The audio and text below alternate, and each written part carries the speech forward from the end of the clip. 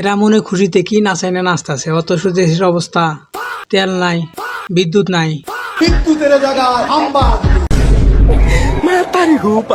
সবাই মিলে করব কাজ, সবাই মিলে করব কাজ। জোরে আরো, সবাই মিলে করব কাজ, হারে জিতি নাহিলাজ। কর্মমদের বাংলাদেশ। ডিপ্রেশন না, নেতার সাথে মিলাবার পারলাম না। দ্রব্য মূল্যের দাম বাড়ছে, কমে নাই। সবকিছুই নাই নাই, আছে শুধু ফ্যামিলি কার্ড, প্রবাসী কার্ড, ফুয়েল কার্ড। এইদিকে আবার তামিম ভাইকে দেখলাম ক্যাপ্টেনদেরকে ক্যাপ্টেন কার্ড দিতেছে, কিন্তু তামিম ভাই নিজেই নাকি আমিনুল ইসলাম বুলবুলের ব্লক লিস্টে। আবার দেখলাম কৃষকদের জন্য দিল কৃষক কার্ড, সেই কার্ডেই এক কৃষকের পৌষ মাস।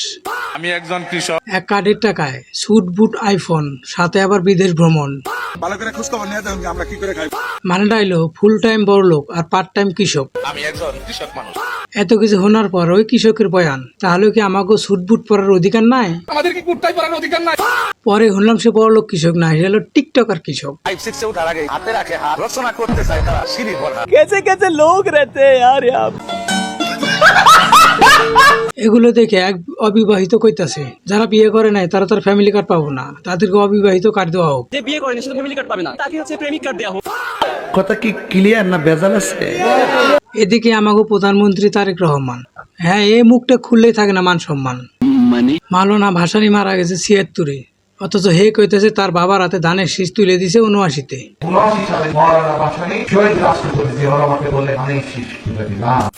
হবে প্রাথমিক বিদ্যালয় আর কইতেছে প্রাথমিক বিশ্ববিদ্যালয়। দুঃখ কোনে রাখবো কও? প্রাথমিক বিশ্ববিদ্যালয়গুলোতে এখানে তার কোনো দোষই নাই, সব দোষ হলো যে লিখে দিচ্ছে হ্যার।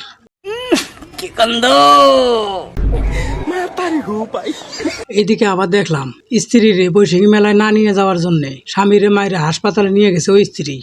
এদিকে দেখলাম 71 টিভি একটা নিউজ করছে, সচিবালয় থেকে ওসমানী মিলনায়তনে প্রধানমন্ত্রী এসেছে নাকি হেঁটে।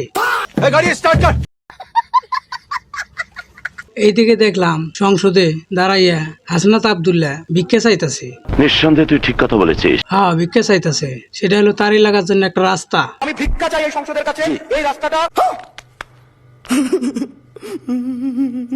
এদিকে আবার শিবচরের এমপি হানজালা সংসদে বলতাছে আমাকে বিশ্বনবী হযরত মুহাম্মদ সাল্লাল্লাহু আলাইহি সাল্লাম রে নিয়ে যে কটূক্তি করব, বাজে মন্তব্য করব, যে খারাপ ভাষা প্রয়োগ করব, এর প্রতি তার ফাঁসি কার্যকর আইন পাশ করার জন্য।